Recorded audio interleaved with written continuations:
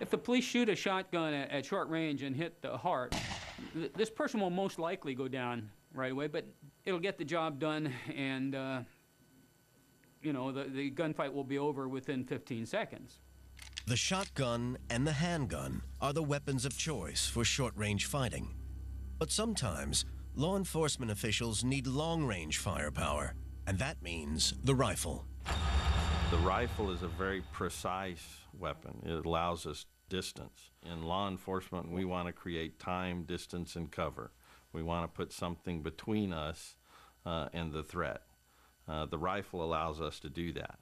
The spiraled grooves in the barrel give a rifle bullet long-range accuracy.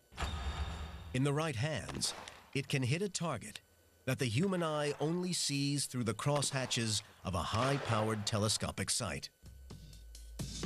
Some rifle bullets are deceptively small, just half the size and a quarter of the weight of a .45 caliber bullet, but 3 times more powerful because of their speed. The faster the bullet, the more energy it has, and more energy means devastating damage. Very effective, far more effective than a handgun.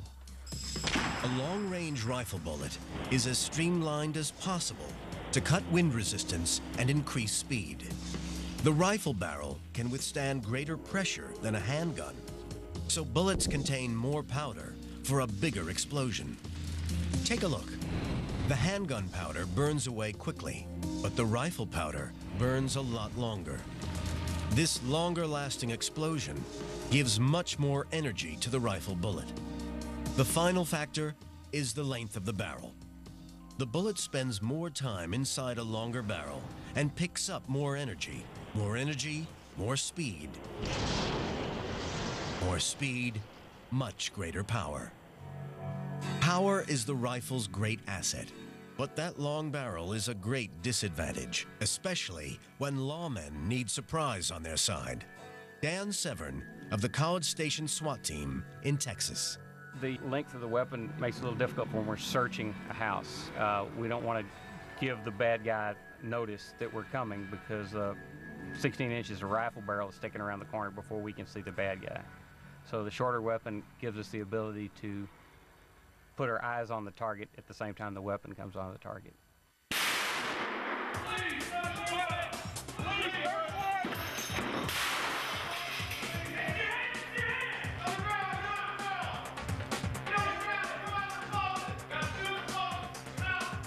A short barrel is the best tactical choice in close urban combat. But in a war zone, it's very different.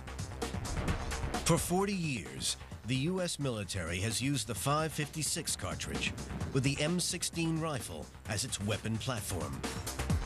It has proved itself a winning combination of speed and power with an effective range of 900 to 3,000 feet. But even it can't stop a truck with one shot. This weapon can. This is the .50 caliber rifle. The bullet's size and its explosive charge, twice as big as a bullet from the M16, makes this one of the most powerful rifles today. It's handheld artillery, and so powerful that from 1.5 miles away, it hits with 9 times more energy than the wallop of a .44 Magnum fired at point-blank range. So what can these monster bullets do? From 50 yards away, the .50 caliber bullet smashes through 3 tanks.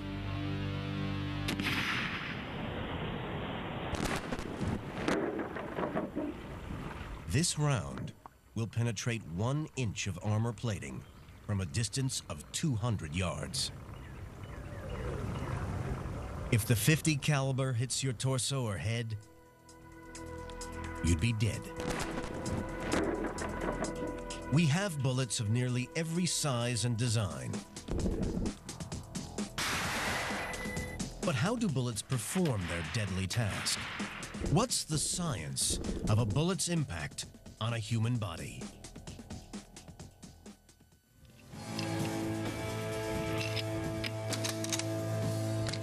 So far, we've seen the tremendous stopping power of the hollow point bullet, the devastating short-range brute force of the shotgun, and the astounding capabilities of the high-powered rifle round. Most bullets are designed to stop a human, creating the most devastating wound possible. So what kind of ammo does what kind of damage to the human body?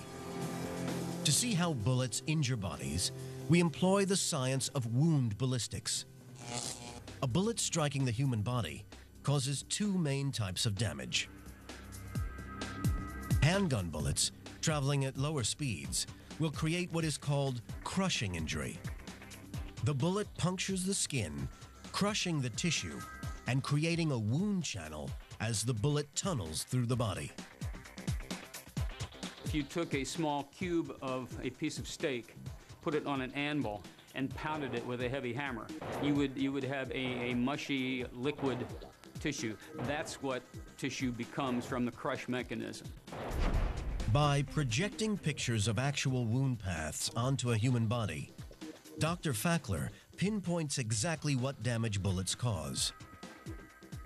A .45 round-nosed bullet fired from a handgun creates this wound. It penetrates deeply, but leaves minimal crushed tissue in its wake. Switch to a hollow point from the same handgun, and the wound is very different. It hasn't penetrated as far, but has dumped all its energy in the body. There's far more tissue destruction. You can see the marked contrast in the size of the hole because the bullet has mushroomed and doubled its diameter. Handgun bullets travel at about the speed of sound. Rifle bullets up to 3 times faster. And that means more damage on the receiving end and more work for trauma surgeons like Dr. Wang. A single shot to the arm by a high velocity bullet will means the bone will be broken to the point where often require amputation to salvage the arm, salvage the life of the victim itself. Handgun, it just passes through and usually just a little bit of muscle tear. A rifle bullet packs so much force that it can kill without piercing flesh. Even with the correct protected headgear, just a glancing blow by high velocity bullet can lead to coma and death. The rifle bullet creates a devastating type of wound. This is called a temporary cavity. It's the same thing as dropping a stone into a pool of water. You see a temporary splash.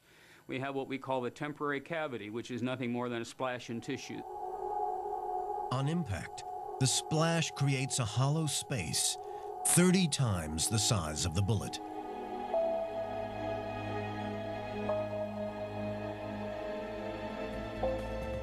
Take it up another level. A close-up blast from a shotgun loaded with buckshot. It tears the body apart. What this shows is that they would almost all be contained in the chest. Each one of these buckshot makes a separate path through tissue, and all the paths are very close to one another, and they just sort of make hamburger of the tissue. I don't think a wound of this type would be survivable.